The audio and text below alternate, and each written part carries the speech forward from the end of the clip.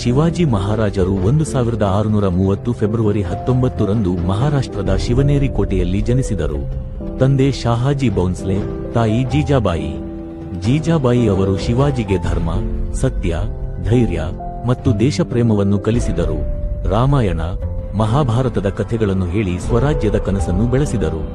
ಶಿವಾಜಿ ಮಹಾರಾಜರಿಗೆ ಕತ್ತಿ ಹಿಡಿಯುವುದು, ಕುದುರೆ ಓಡಿಸುವುದು, ಯುದ್ಧತಂತ್ರ, ಆಡಳಿತದ ಜ್ಞಾನ ಇವುಗಳನ್ನು ಬಾಲ್ಯದಲ್ಲಿ ಕಲಿಸಿದರು. ಶಿವಾಜಿ ಅವರ 16ನೇ ವಯಸ್ಸಿನಲ್ಲಿ ಅವರು ತೋರಣ ಕೋಟೆಯನ್ನು ಗೆದ್ದರು. ನಂತರ ಹಲವಾರು ಕೋಟೆಗಳನ್ನು ಗೆದ್ದರು. ಆ ಕಾಲದಲ್ಲಿ ಅಫ್ಜಲ್ ಖಾನ್ ಎಂಬ ತುಂಬಾ ದೊಡ್ಡ ಶಕ್ತಿಶಾಲಿ ಸೇನಾನಾಯಕನಾಗಿದ್ದ. ಆದರೆ ಶಿವಾಜಿ ಮಹಾರಾಜರು ಆಗ ಯುವಕ. ಅವರ ಸೇನೆ ಸಣ್ಣದು, ಅವರ ರಾಜ್ಯವು ಚಿಕ್ಕದಾಗಿಟ್ಟು ಮತ್ತೆ ಯಾರಿಗೂ ಹೆದರಲಿಲ್ಲ. ಆ ಸಮಯದಲ್ಲಿ ಬೀಜಪುರದ ಸುಲ್ತಾನನು ಅಫ್ಜಲ್ ಖಾನ್ ಅನ್ನು ಕಳುಹಿಸಿದನು. ಅವನು ಮೋಸ ಮಾಡಲು ಯತ್ನಿಸಿದಾಗ ಶಿವಾಜಿ ಮಹಾರಾಜರು ಧೈರ್ಯದಿಂದ ಅವನನ್ನು ಸೋಲಿಸಿದರು. ಔರಂಗಜೇಬ ಶಿವಾಜಿಯನ್ನು ಶತ್ರುವೆಂದು ಕಂಡನು. ಶಿವಾಜಿ ಮಹಾರಾಜರು ಪುಣೆಯ ಲಾಲ್ ಮಹಲ್ ಮೇಲೆ ದಾಳಿ ಮಾಡಿದರು. ಮೊಘಲ ಸೇನೆ ಸೋತಿತು.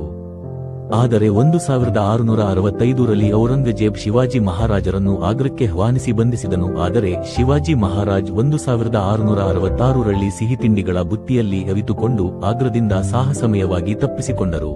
ಇದು ಇತಿಹಾಸದಲ್ಲಿ ಅತ್ಯಂತ ಚತುರ ಪಲಾಯನಗಳಲ್ಲಿ ಒಂದಾಗಿದೆ. 1674 ರಲ್ಲಿ ರಾಯಗಢ ಕೋಟೆಯಲ್ಲಿ ಶಿವಾಜಿ ಮಹಾರಾಜರು ಛತ್ರಪತಿಯಾಗಿ ರಾಜಾಭಿಷೇಕಗೊಂಡರು. ಇದರಿಂದ ಮರಾಠ ಸಾಮ್ರಾಜ್ಯದ ಅಧಿಕೃತ ಸ್ಥಾಪನೆಯಾಯಿತು. ಶಿವಾಜಿ ಮಹಾರಾಜರು ಜನರನ್ನು ಪ್ರೀತಿಸಿದರು, ನ್ಯಾಯವಾಗಿ ಆಡಳಿತ ನಡೆಸಿದರು, ಮಹಿಳೆಯರಿಗೆ ಗೌರವ ನೀಡಿದರು, ಎಲ್ಲ ಧರ್ಮಗಳನ್ನು ಗೌರವಿಸಿದರು. ಹೀಗೆ ಅವರು 1680 ಏಪ್ರಿಲ್ 3 ರಂದು ರಾಯಗಢ ಕೋಟೆಯಲ್ಲಿ 50 ವರ್ಷಗಳ ಕಾಲ ಬದುಕಿ ನಿಧನರಾದರು.